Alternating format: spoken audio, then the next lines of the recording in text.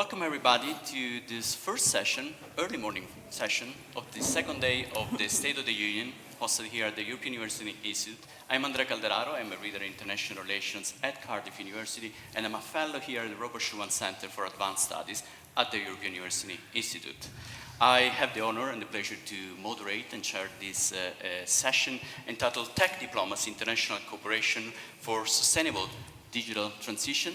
And I share this pleasure with Martina Ferracane, that is Associate Professor in Digital Trade at TCD University and also part-time professor here at the European University Institute. Welcome also to the outstanding line of speakers that are here with us today. Some of them, they traveled from really far away, so thank you to all of you for being with us here today. Anne-Marie Slaughter is the CEO of New America and the former Dean of Princeton University and former Director of Policy Planning for the US State Department under the Obama presidency. Ursula Owusu-Ekuful, Minister of Communication and Digitalization for the Republic of Ghana.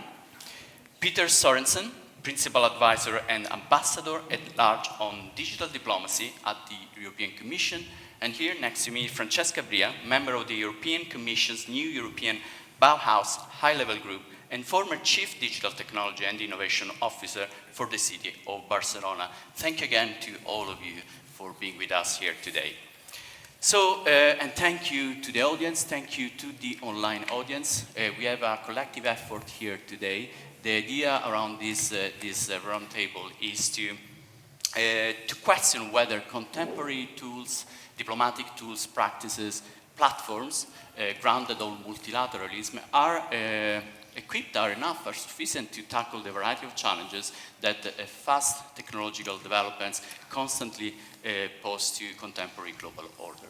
So in order to answer this question, is critical, of course, to think the transnational nature of the connectivity infrastructure and the transnational nature of innovation. The internet connectivity that our global order so much relies on is a transnational infrastructure because it's made of internet submarine cables laying on the seabed of international sea waters and connect regions, countries, and mostly even more important, cloud services owned by industry distributed worldwide. And internet is transnational because of its functioning. The routing of data takes most of the time little care of national borders. They route around the world because of technical protocols negotiated by the technical communities, and most of the times, again, referring to industry. So this simple observation brings us to the attention to two key points. First of all, that states do not have much control over the functioning of the internet so far. And this means that there is a clear need to enhance a transnational governance approach over the functioning of the internet, or digital technology developments in broader terms. And this means that, of course, we need to enhance international cooperation to make that possible. The other point is that it's always important to remind ourselves, especially when it comes to understanding the role of multilateralism in this context, is that states do not own any single aspects of the internet. Everything is in the hands of industry and in some aspects of civil society organization. And this means that a transnational governance approach over the functioning of the internet and, again, of technological developments needs to be inclusive. So this means that we need to find a formal, effective line of dialogues with industry and, again, civil society organizations. Well, this goes clearly in the direction of the need to enhance international cooperation, but it's also true that in recent days, actually, things are going in the opposite direction. There is a state that have been cornered in the technological developments that has happened so far, are increasingly calling for space, increasing their voice, and this goes in the direction of calling for digital sovereignty. So the key question is how these two issues could coexist, whether they coexist at all. And the questions that we are here again today is back to the critical question I asked before, whether diplomatic practices, diplomatic tools, and the multilateral platforms are really sufficient to tackle these challenges. With this, I stop this brief but already too long introduction to this roundtable, I would start to collect the first inputs from the speakers, and then we follow up with two additional round of questions. So thank you all of you again for being with us today. I will start with Anne-Marie, please. The floor is yours. You would like to react about this point? Thank you, and it's a pleasure to be here. This is still the most beautiful university in the world, or at least that I know of. So let me, I want to just reflect for a minute on the evolution of what we mean by digital diplomacy. Because when I was in the State Department from 2009 to 2011, which is an eon ago in digital time, digital diplomacy meant e-diplomacy, which effectively meant that the State Department had a Twitter account and a Facebook page. Quite seriously, and that was progress, which it was progress, but that's what digital meant. And then you move from that, and really here the Europeans, I think, were the pioneers, to ambassadors to Silicon Valley. So I think the Danes were the first. You essentially had an ambassador to a part of the United States that was responsible for the big tech companies. So that was the next phase, and you're still not really thinking about either the regulation of the digital world or sort of digital diplomacy much more creatively. If you think about it now, it can mean two things, I think does. One is you really are, in a way, ambassadors to the digital world. Reid Hoffman, who's the founder of PayPal and a big AI investor, is giving a speech this morning at the University of Perugia, getting an honorary degree, in which he is describing the internet and the world of AI as cities with billions of people. That this is, as people move online, they are effectively in their own territory, although it's a territory that is still anchored by physical infrastructure. But increasingly, our children probably won't distinguish between the virtual and physical world in the way that we do. I'm glad I won't be around to see that, but I think that's what's coming. So there's sort of ambassadors to the digital world, and then ultimately, now digital diplomacy means the diplomacy that will govern the digital world. So I just wanted to start with that overview. That's 14 years, and it's a dramatic shift. And then just a word on the point about the who and the what. So Ian Bremmer argues precisely because governments do not own any part of the digital world, that you have to have the tech companies at the table. That he talks about the technopolar moment. I understand why he says that. I mean, we don't understand enough even sort of about how it happens, but we also just don't have the power. At the same time, those tech companies do not have the legitimacy that the diplomatic community does. So I would end by pointing out, I think the leading force for regulation of the digital world, particularly AI, is the UN, which is an extraordinary statement. I would never have said that before, but their high-level roundtable on digital, on AI and on the regulation of the digital world includes major tech people, major governments, but ultimately they'll make a set of recommendations that will go to the only really legitimate forum for a global agreement, which will be the UN at the Summit for the Future and at the General Assembly. So I'll stop there. That's a very unusual statement, I think, given where the UN is in the world of conflict, where it's not playing any role. But in this area, I don't know where else we turn. Wonderful. Thank you, Anne-Maria. That's a wonderful really kick-off on the conversation. I would, yes, Ursula, the floor is yours. Thank you. It's a pleasure to be here. And I couldn't agree with you more, Anne-Marie. Technology has developed largely without regulation. And that's the reason why we've seen so much innovation in this space. But it's gotten to the point where it's becoming scary to see how it is evolving and affecting the lives of everyone. And governments are becoming nervous that, one, they don't have any control over the internet, and rightly so. And so you've seen the extreme where internet shutdowns and locking out access to the internet to whole populations because of misinformation, disinformation, the threat, cybersecurity, and all the other things. So how do we address this space and allow the technology to be used more for the good than for the negative aspects of it? How do we allow the space to foster innovation without stifling it, while allowing some measure of regulation and control? Self-regulation ought to have been the way to go. But if these tech companies are now calling for governments to provide rules for them to operate in, then we have a problem. And I think that's where tech diplomats come in. The International Telecommunications Union, which is part of, but it is a telecommunications union, and it's one of the oldest UN agencies, developed at a time when none of this existed. They've tried to provide some forum within which we can have these conversations, the states, academia, private sector, the tech companies and all of that. But a lot more needs to be done. So when Denmark appointed a tech ambassador, it was an innovation. But increasingly the world is seeing that that may be the way to go.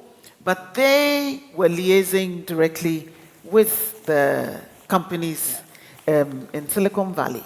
But I think the conversation has gotten to the point where governments need to sit around the table with the tech companies to see what we can do to provide some sanity in this space.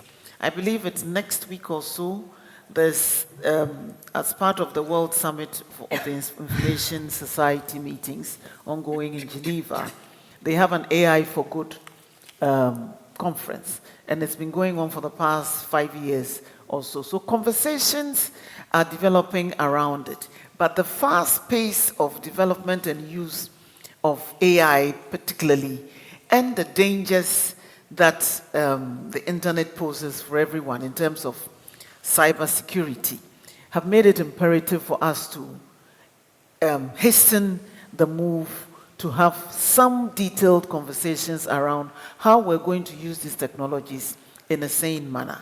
And it is absolutely essential that same rules are developed for all parts of the world. Our fear is that for those of us in the global south, we're going to be bystanders watching things evolve, largely because all the tech companies are from the West.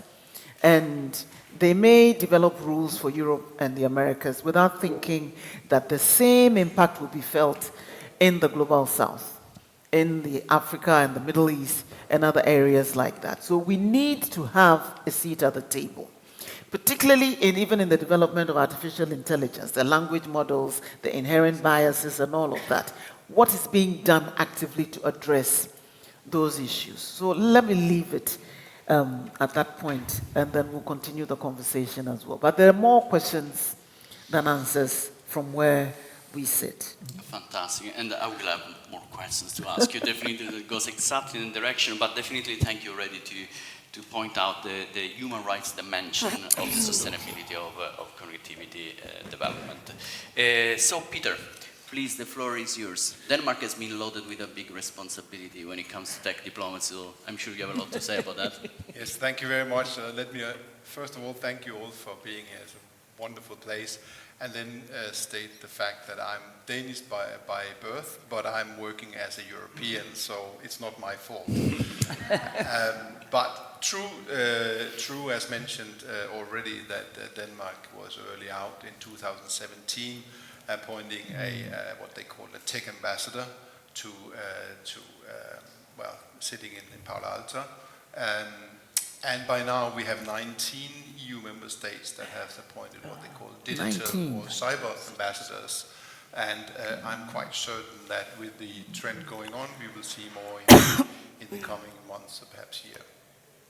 But the start-out question was, and never ask a diplomat that, is the structure we have good enough? And the answer is always no. We're always striving to improve on the structures that we are working with. And Maria said, this issue, technology and the digital, has been one of those that has moved with such a speed that whatever structure there was and whatever structure there is, we can always probably find the glass half empty argument for that. That said, I would again as a diplomat say it works. We saw in March how the entire world came together around a resolution on artificial intelligence as only one. I know everybody wants to talk about artificial intelligence, but it's more than that. Absolutely. I just say quantum and then we are going again.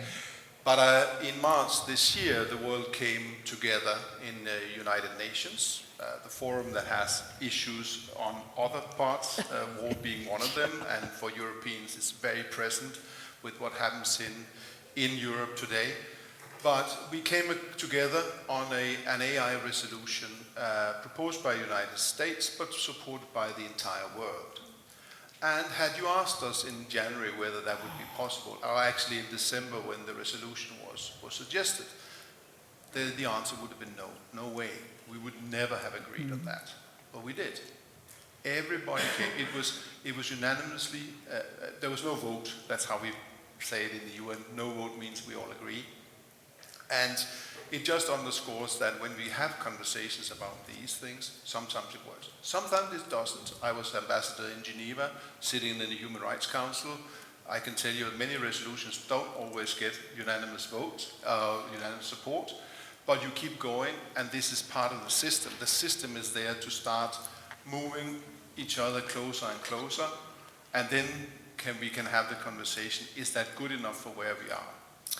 For Europeans, of course, we start at home. Many of my colleagues from outside of Europe say you have an easy life because you have a European Commission that looks after the European market. That's what we did. In the context of consumer protection, we looked at artificial intelligence, and we have, since 2018 till today, developed our AI Act, which is the way we want to deal with artificial intelligence when it comes into our European market. It's clear that the experiences we have had from our internal conversations about this, we carry out into the world. And we carried our ideas and principles out into the conversation in the UN. And it worked for us there. Now, we will have the Chinese proposing a resolution. We're negotiating it right now in the UN. Let's see whether that will be unanimous as well. But just to say that when we look at the system, it's imperfect, no doubt about that, but it's the best we have. And for these technologies, we are discussing in the General Assembly context many of them. There are other UN contexts we can get into them, but I just wanted as a starter to say, imperfect system, the best we have, we are using it, and sometimes it delivers. Wonderful. Thank you, Peter. Of course, many more questions will follow. Francesca, the floor is yours. Yeah, thank you very much. Also great to be here. Maybe I'll open up to two main issues that a little bit problematized, I think, where we are now, and also respond a little bit to what I've heard until now. And maybe just because also of my position, I've been working at various different levels in tech policy for many years, at the city level, national government level, European level, and also very close to civil society groups. I think one main point that I want to put on the table is the question that I think there is a real need to shift the power balance.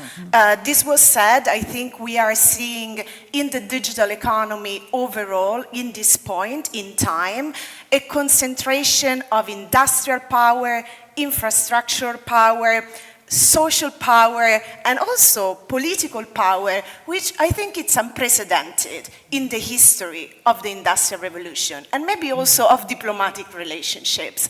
And I think this goes far beyond because it doesn't mean governing technologies. It goes far beyond. If we look, for example, at what's happening with the chips war, or at what's happening at the infrastructural level, we have seen during the COVID pandemic how digital infrastructures, critical digital infrastructures, are underpinning essential services of society. Healthcare, education, access to basic facilities, to basic services for people. So this is, and also, of course, you touch on the question of democracy, which is a big one, because let's face it, I also sit in the board of the National Italian TV, right?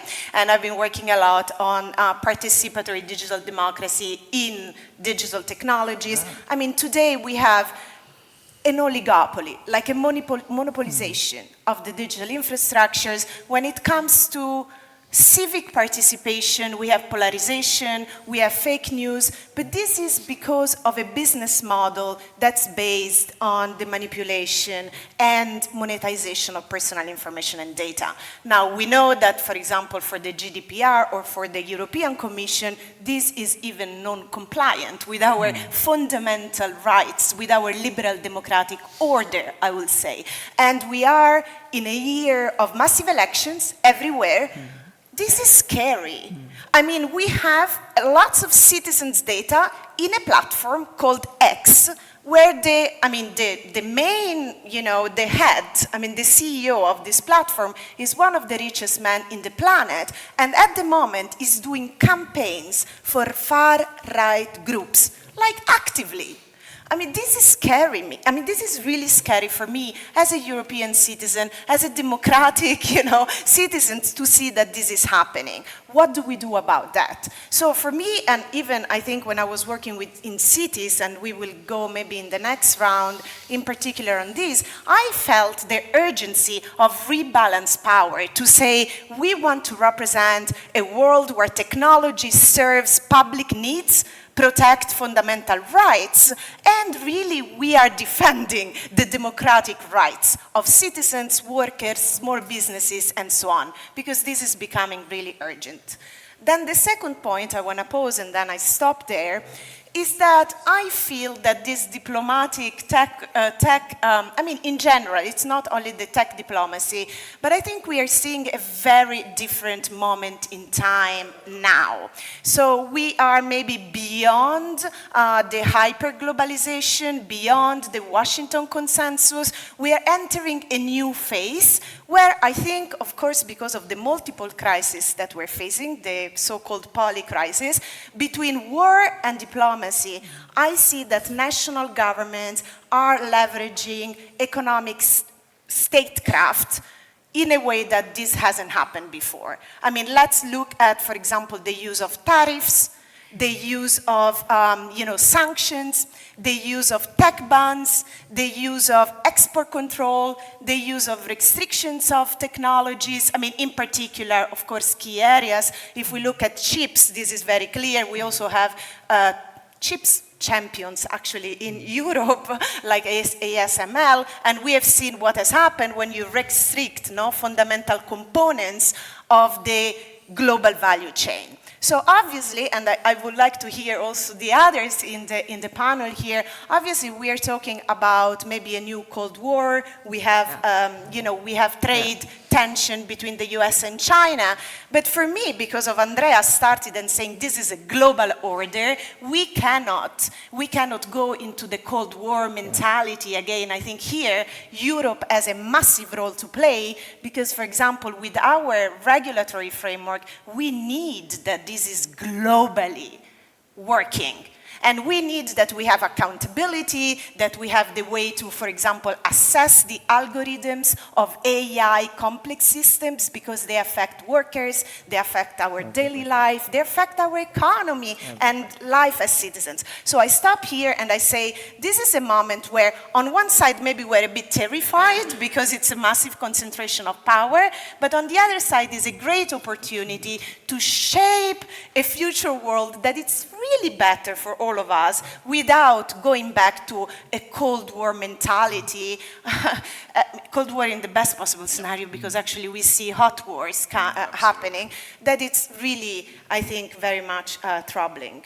Wonderful. No, thank you, Francesca. You touch on so many critical issues, difficult to summarize with one sentence, and I don't want to take too much time, but you clearly have highlighted how we should wonder, it's pretty much linked to what I was saying before, whether the tools that we have adopted so far are sufficient to tackle the contemporary challenges that we are facing because of a variety of issues emerging from digital technology. I would add that Elon Musk, in addition to X, is also the owner of this new satellite network, so there is a lot to say about that. I was talking about internet submarine cables, but we are moving into a new dimension of connectivity and owned by one single person. Anyway, I'll stop here because I have a lot to say myself. So, thank you all of you. I would start with a few more specific questions, benefiting from the outstanding expertise that each of our speakers have to bring to the table.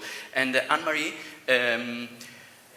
at the last meeting we had in Washington, exactly, was in May, it was a 2 days wonderful event where we covered a variety of issues concerning how international cooperation over this variety of digital technology has evolved over the years. So the impression is that we're still moving in different directions. We are still moving in silos. And this means that there is a clear lack of legitimacy and probably could pose some challenges to the concept of accountability in global politics, something that you've been working extensively for years, really. So the question here is, because of the variety of challenges we are discussing here today, how do you think the concept of accountability, should we still rely on the concept of accountability, or in the context of digital domain, what accountability really means? Yeah, so thank you. So I think we can think about accountability in a number of different contexts. At the first level, at the ground level, we can do much more to hold tech companies accountable for the tech they develop. So that, for instance, with AI, there's a lot of safety mechanisms, privacy mechanisms, particularly safety, that can be built into the technology itself to make it easier for civil society and governments to actually monitor what happens. So the mechanism of accountability is being able to actually tell whether or not these companies are building in privacy protections and, again, particularly safety protections. I am not skilled enough as a technologist to be able to tell you what those are, but I do know that the technologists I talk to who are really concerned about using AI for good look there first, the level of technological, the safety built into the tech itself, and then equally to make what's happening with that technology more transparent to civil society groups who are the watchdogs, and then to government. So that's one level. The second is, I think it's very important that we think about not just the concentration of power, which I totally agree with, and you might note, Elon Musk is not American originally, right? I mean, many of the people who are working, at least in the American tech companies, they're global. Part of the problem is that we have created a massive brain drain to California from all over the world, but that there is that concentration of power. We need to think about global civil society as the counterweight and connect them much more to, so I was saying to the minister that New America has a partnership with Kwame Nkrumah University. We should be thinking about places like this and places across the world. I don't say the global south anymore, I say the global majority, because that is what it actually is. But thinking about how you create and how you use technology to connect those groups as a counterweight.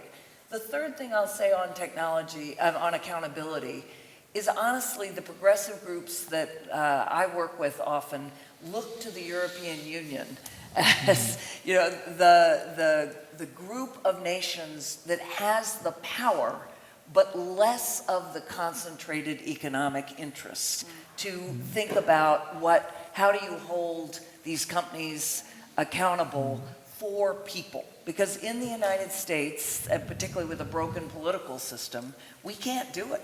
We do not have the ability, given the lobbying power of many of our biggest companies, to actually develop the same kind of, I think, civic-minded and global regulation that the EU does. Now, as I say that, I have many friends in the tech community, and they will disagree with me.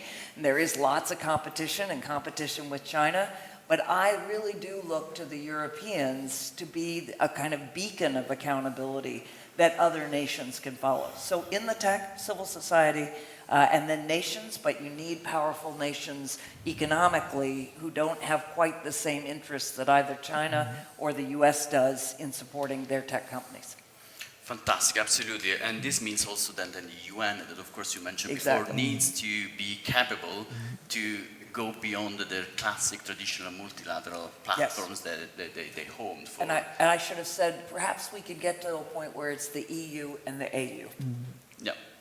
Fantastic. Thanks so much, Anna-Marie. Ursula, so transnational governance approach over a more sustainable digital transformation, as we call it, means that, of course, needs to be inclusive, and this means that we need to be sure that the voices from the global majority, as Anne-Marie was suggesting, are heard. I mean, we need to remind ourselves that 75% of the internet users are actually located in the global south, and this means that it doesn't sound quite good, the fact that there are technologies still led by industry concentrated in a specific country and regulated by a few actors. So it's clear that we need to hear voices that be sure that the functioning of technology reflect the regional needs, priorities. So do you think that the tools that we have so far are sufficiently inclusive, or what is missing to be sure that we're going to really achieve what we want to achieve here?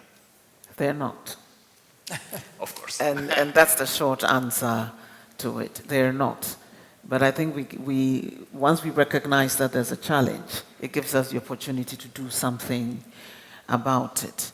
And if you look at the demographic bulge as well, the majority of our countries in Africa has the youngest population on earth, and they are the ones who use this technology the most. So it's important that we include them and hear their voices in this conversation. My fear is that not enough opportunity is being created to have a dialogue along these issues with the parts of the world that could be the answer or who could be part of the problem. And until we are deliberate about including the global majority, and they are indeed, if you look at small island states, Africa, the Middle East, and India, you throw India into the mix, then you have quite a substantial chunk of people whose voices need to be heard. And they are talking amongst themselves. The young people are engaging, but there's a disconnect. We're not listening to them, or we're not hearing them. And my fear is that it may be even too late if they also feel that they're going to go it their own way.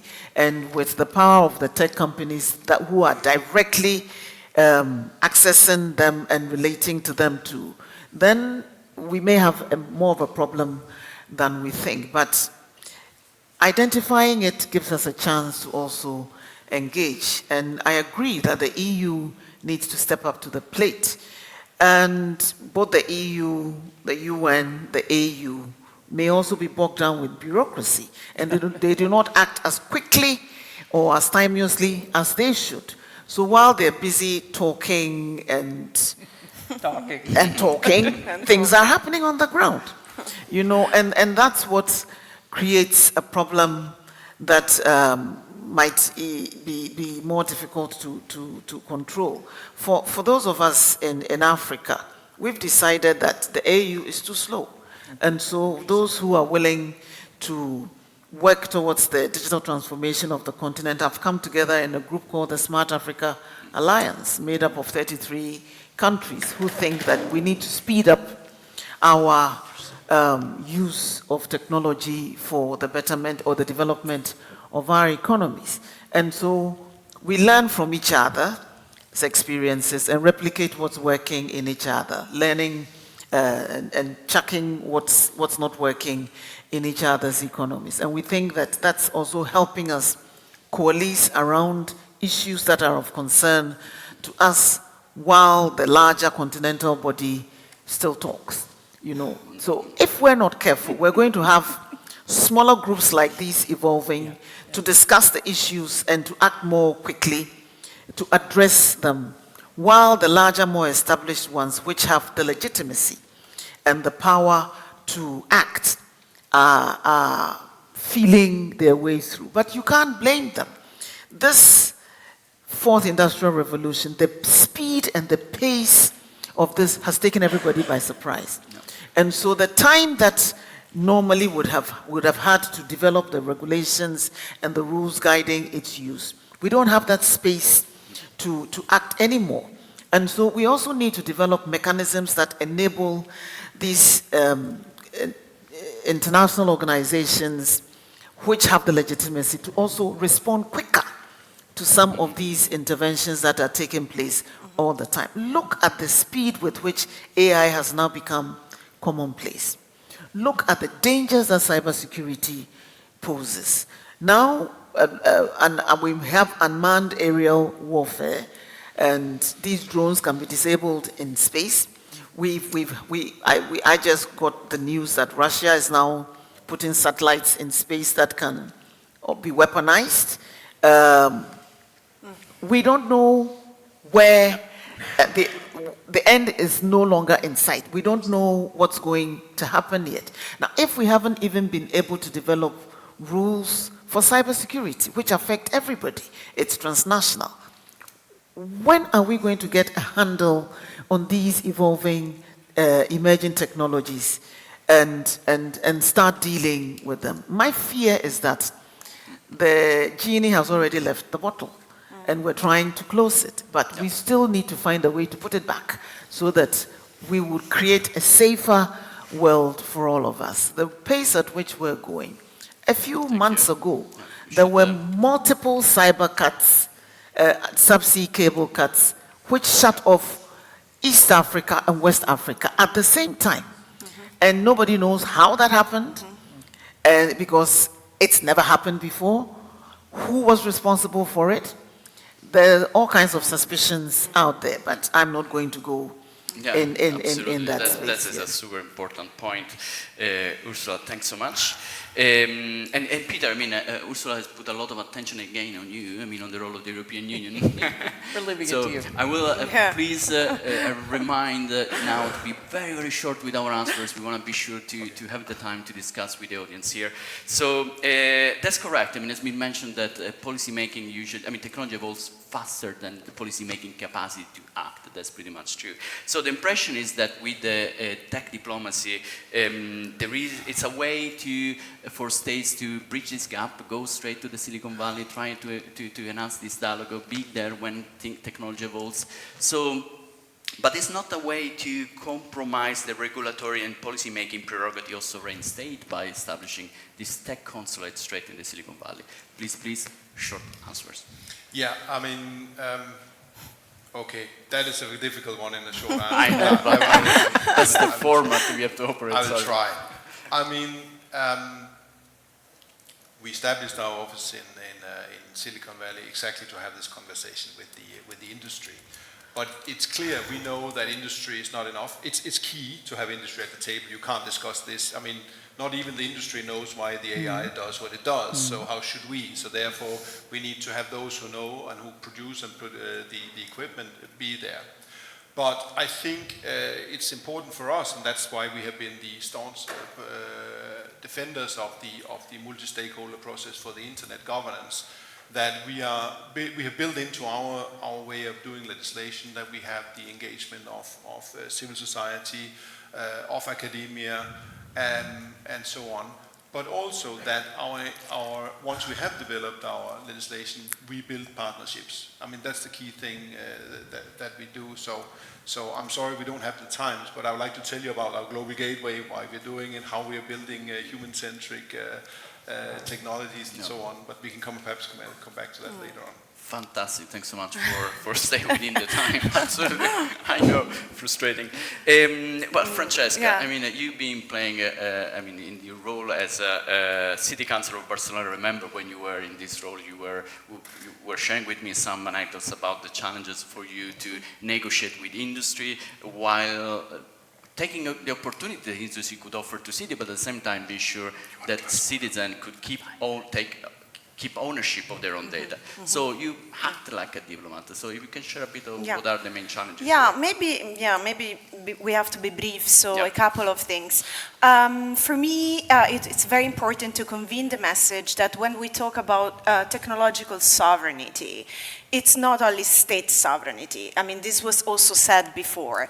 Working at a city level, I think cities actually are a very important diplomatic actor because they are, a lot of the tech impact we see on cities. I mean, think about platform economy, the platformization of the economy, the kind of housing model, the transportation changes, everything we see on cities which affect directly the life of citizens. And also cities are really in proximity with citizens, and I think it's absolutely critical to convey the message that this is not a topic that you only have to discuss with the tech experts. It goes beyond the technology. As I said before, algorithmic management affect the workplace. It affects your wage, your rights as a citizen. It has a huge implication. If we can't control the data, that was the question for me to pose the question of data sovereignty, data democracy, because it was very clear. I was a CTO collaborating with CTOs all around the world.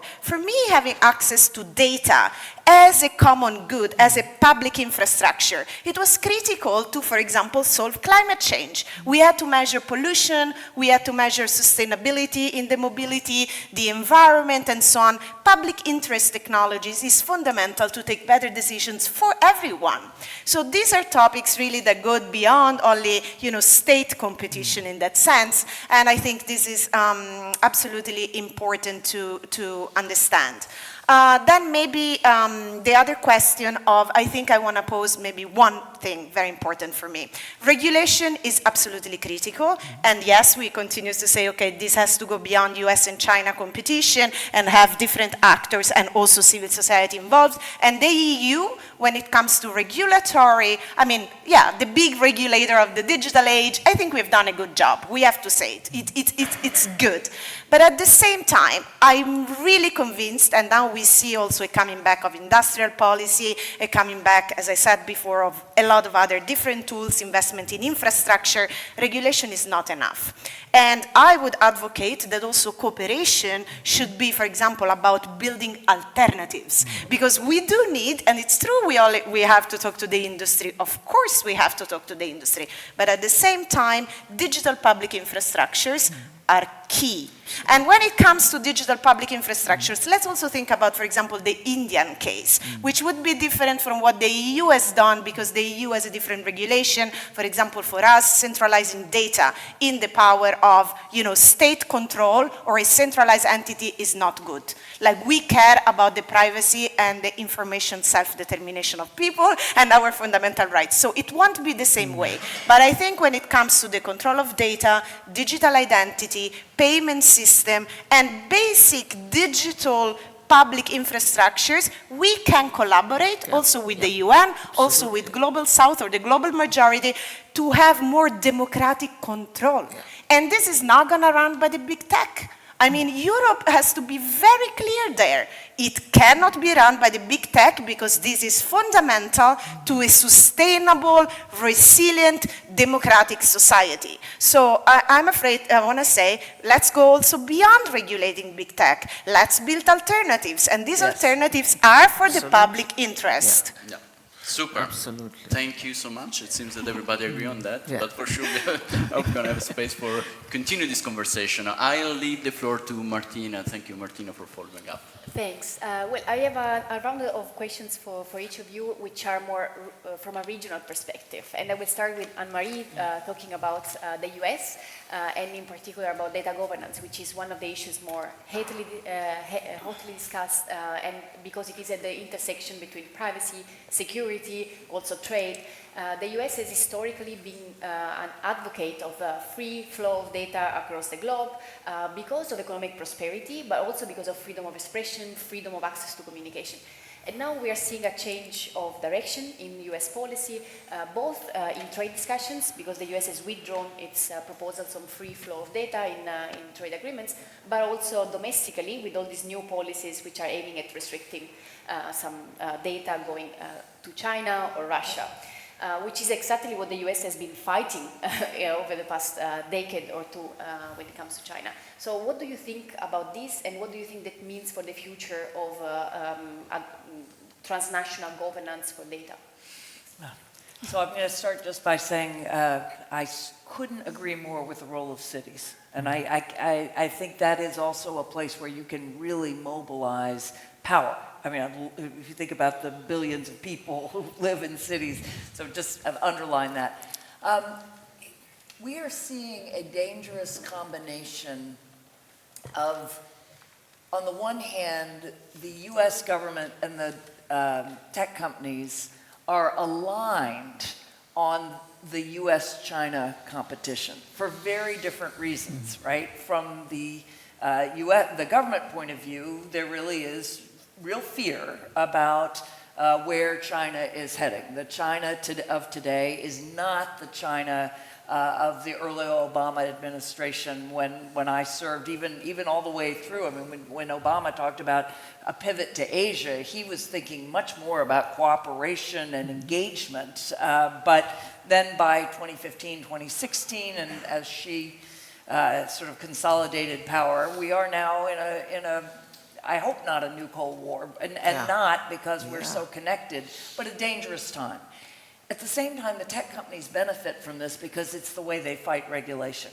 Because you can't regulate us in AI because China's not being regulated, and that we are the big players.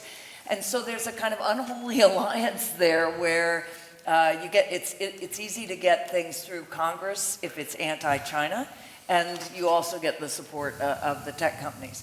Where this now is, I think, going to differ is this sudden regulation. The US has never regulated the flow of data, and we are now beginning to. And, you know, Jake Sullivan says it's a small fence, a small yard with a high fence, but it's still, it's setting a precedent for countries that have been for the free and open internet that I do find very worrying. I also find it's very hard for civil society to understand it enough to actually be able to push. So I don't have an answer except to say that the dynamics are not good. This may also, though, be a place where Africa and India and Brazil can play more of a role, sort of insisting that they not have to choose between India and China, and the EU as well. But it's tricky. Thanks. You were talking also about Africa, and I would like to move to Ursula. In Africa, as you were also mentioning, there are regional discussions on digital standards. One of the discussions is taking place in the context of the African Free Trade Continental Area, and the discussions which are going on in these months on the digital protocol, where there is discussion on free flow of data, but also access to source code and others. Do you think that initiatives like this can play a role in creating one voice for Africa and then enabling the continent to have more, a stronger voice also in the international context when it comes to digital standards? I think it's a good start. One, the Continental Free Trade Area creates the largest economic market, if we can get it to work, and it's a big if. There are challenges, but the recognition has now dawned on everyone that the only way to make it work is to use digital.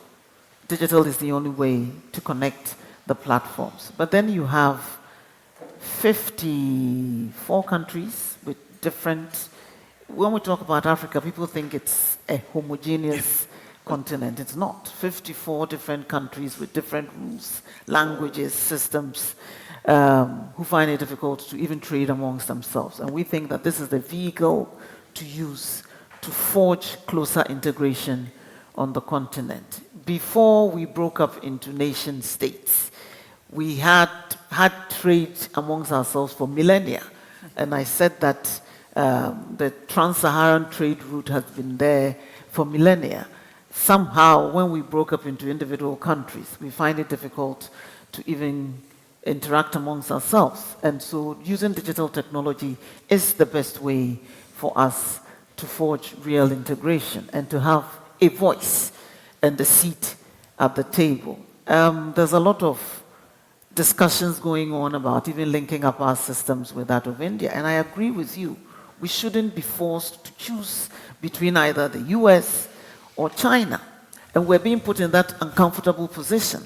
And so we've had cause to tell them that, look, from where we sit, China provides us with the most affordable technology. You're asking us not to deal with them. What's the alternative that you're providing? And we're not hearing anything. And so we've decided that we'll do what's in our best interests. While you fight your little battles, we'll focus on doing what's in our best interest. And that's why we're working on the Continental Free Trade Area and linking up with other blocks. Like I'm on my way to India from here to have conversations about how we can work with them to develop our 5G infrastructure. We're not doing Europe or we're not doing China, we're going to India. And so we'll forge our own partnerships. And we do need to collaborate a lot more because we need each other in this space. And that's the belated recognition that Africa is now getting, that we will sink or swim together. And so we're using these digital tools and the digital protocol to break down the barriers that have kept us apart for so long. Thank you. Well, I move now to Peter, and I want to ask you about generally the coherence of EU policy on tech diplomacy, because there are different venues where these things have been discussed. You have the digital diplomats, the tech diplomats in the US, but also there is discussions on this in the WTO in a trade context, also plenty of rules domestically being implemented for enhancing EU digital sovereignty. So how do you reconcile all the different policies and approaches to make sure that there is digital sovereignty, but at the same time the EU remains connected and engaged with the global community? Thanks. You've all been very kind to the European Union, so I will have to praise us on one thing, and that is we're actually trying to make sure that the coherence, I mean, the way we work, the way we develop our policies, the way we secure that what happens in trade is what we do on the digital diplomacy, is probably best described by the fact that our ambassador in the WTO is referring to the same people as I do, so there's coordination there. But you're right, there are many venues. I mean, what we've been discussing today on cyber, hybrid warfare, connectivity, the infrastructure, conversations in the UN, links into what happens in the trade. It's, so how do you balance that? I will only blow our trumpet so far to say, I think nobody's doing it better than we do. Taking into consideration, we're 27 doing it. We're not one, we're 27. But it's clear that it is the challenge. How do you? I mean, this moves so fast. It permeates every single policy area. It is much broader than climate change in terms of how to work. Climate change is easy. It's difficult, but it's easy to work with. This is much more unwieldy, and therefore, as I started out by saying, if you ask us, is the system perfect? I would say, no, it's not, but it's best we have it, we're working with it. But your question is a good one. Can I just add to the two previous ones? I gave away my minutes, so I'll just grab one back and say that I fully agree with the cities. That is, we agree with that. We also make sure that we have the stakeholders and cities involved. I fully agree with the digital public infrastructure. This is why we are designing our global gateway projects the way we are, exactly for that. I am slightly more optimistic on the conversation, but it has taken time. I mean, again, as you said, it is very early days. We had the platform in the 10s. We realized they can do something to our societies and our democracy we don't like, therefore we need to look into it. We need privacy. We have privacy laws in Europe. Others have been inspired. It's very, very good. But where we come, and what we did was, we started talking in smaller groups, G7, OECD, Council of Europe, with ourselves. But 2024 is the year where we really have broadened it out, because the UN's Pact of the Future has an annex that will be the Global Digital Compact. And some of the things we talked about, and you rightfully called for, that we need to have a conversation about, data included, is in there. So we are sitting at the cusp of this conversation just starting. So I think if we had this conversation next year, we will have much more concrete stuff to talk about in that respect, because the international universal conversation about this has just started. So that's a positive thing, I think. Thanks.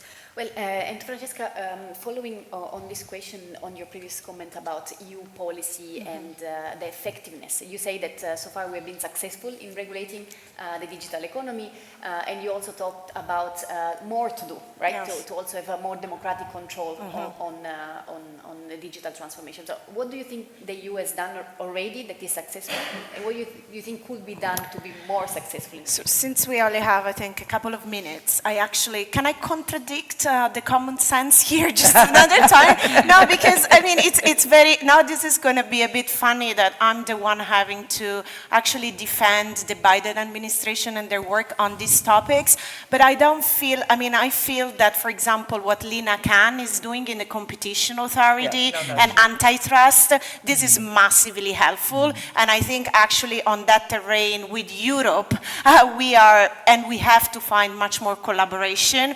I also think that Ambassador Tai, when she talked about, the danger of data monopolization and the question of extreme secrecy on source code and algorithms, this is not good for democracy.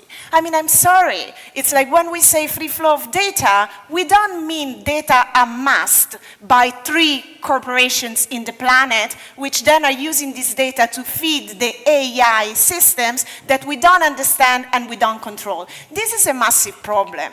So, the fact that the US, that the digital trade rules in the Trump era are being reversed by this administration on this line, I see this is actually good, and it is probably also an impact of, what the EU is doing, what, other countries are doing, because I think, we understand we need more justice in this space, and there is less. So I just wanted to say that, yes, I think what we are doing more is we definitely need collaboration. Europe, of course, need to also, we can't just regulate, but then ask the big tech of other countries to please enforce. If we want to enforce, we need to have our own technologies and capabilities. And maybe, yes, let me end this because we haven't talked about it. Capabilities and education. I know, Andrea, that this is a lot of your work. For me, at the end of the day, and when I was working in cities, I was always saying technology is about organizational change, is about skills, capabilities, working differently. This is a important part of the picture. So I think this kind of alliances to create capabilities, education, skills, and our capacity, yes, to reclaim democratic control of digital infrastructure and data for humanity and the planet. I think this is really important for the future. So I'm going to end with a positive note here. It's very positive. Yes. Excellent. Utopian almost, I would say. But thank you for touching also on this concept of capacity, which is something actually that is so critical. Capacity to engage into this conversation from a variety of angles. Variety of actors needs to engage into this, otherwise we keep talking about being inclusive, multi-stakeholder in civil society, but probably there is still too much little understanding on how to engage in these processes. So, I mean, thanks so much. I hope you enjoyed the discussion as probably we did, or at least I did so far. But now is open for questions, also from the online community. Yes, I'll collect 3 first round of questions. Please, please, please, short questions, short answers. Thank you. Okay, so we have the 3 ones are 1, 2, yes, and 3. Fantastic. And then we have a second round. Please. Very short. Regulation is fine, cooperation, going to the bureaucracy and going beyond regulation. But what about the ownership of all this? The infrastructure is owned by these big technical companies. So sitting around the table, even going to the bureaucracy, even making an alternative, won't help the ownership. What about this new power balance as all these people, these companies, occupy, they own the cables going under the sea? Fantastic. Thanks so much. That's a good point. Yeah, second question, please.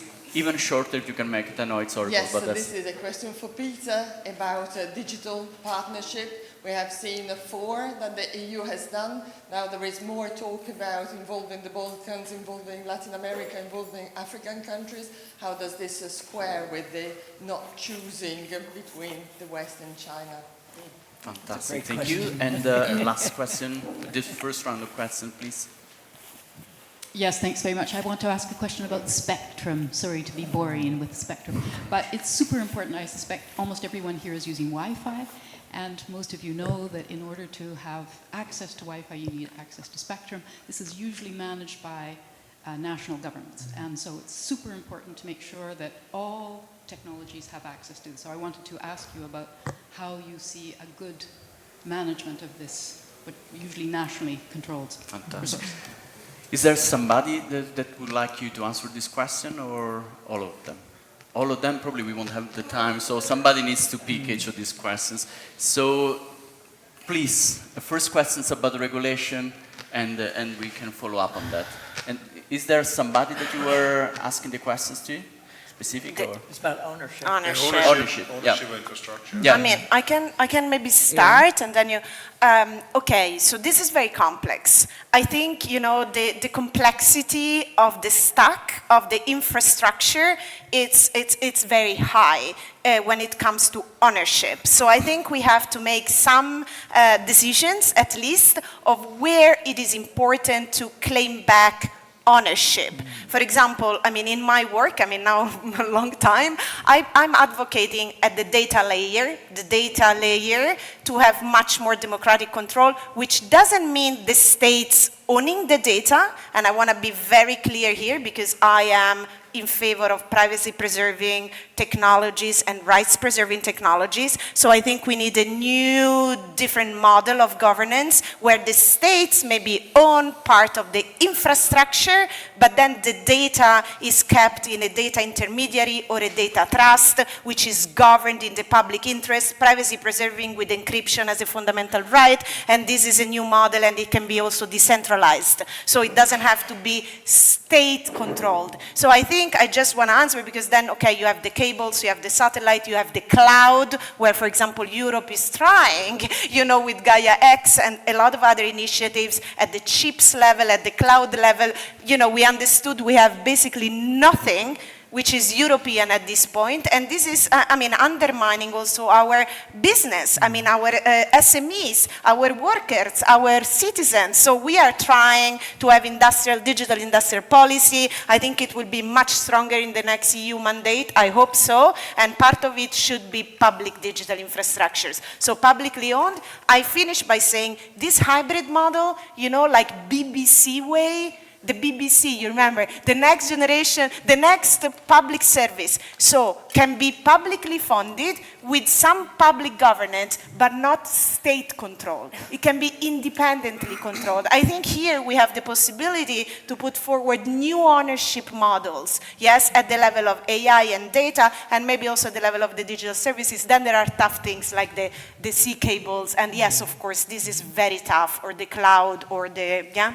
So, okay, I stop Fantastic. here. Yeah. Yeah, yes, yes. I mean, I'm really working for that. So if you're interested, I mean, this is really one of my key topics. Definitely, that's Yeah. why you're here, Francesca. So, who'd like to pick the Federica, right? Federica question. It was Peter, right? Mr. Peter. Yeah, Please, Peter. The digital partnerships, Yep. yeah. Is that a choice in that? That's not how we see it insofar that the partnerships that we are making we have to look into, I mean, we have made the AI, let's take the AI as an example. AI Act, it's a consumer protection exercise that we have done internally. And we have done our GDPR, our data protection exercise as well. When we do the partnerships, it's mainly on request also that they're interested in hearing how we are doing it, how we're doing it to govern our market. That is not as much as a squeeze between China and the US, so we don't see it that way. It hasn't come up, and maybe from the outside it can be seen like that, but that's not how it is. So partnership is really on demand. It is where we have a common interest. It is mainly where our partners are interested in how we have governed our space. So that is, it's not a one way, but it's a lot of sort of experience sharing that is coming out of these partnerships. So that's how we're doing it. We are open for partnerships, so it's not we have chosen, it's sort of whom have been interested in doing it with us for now. And I see much more to come. I'll attempt an answer for the spectrum question and share a few of our experiences along the way. We started by selling spectrum because it's a resource and it was a good way for governments to earn revenue.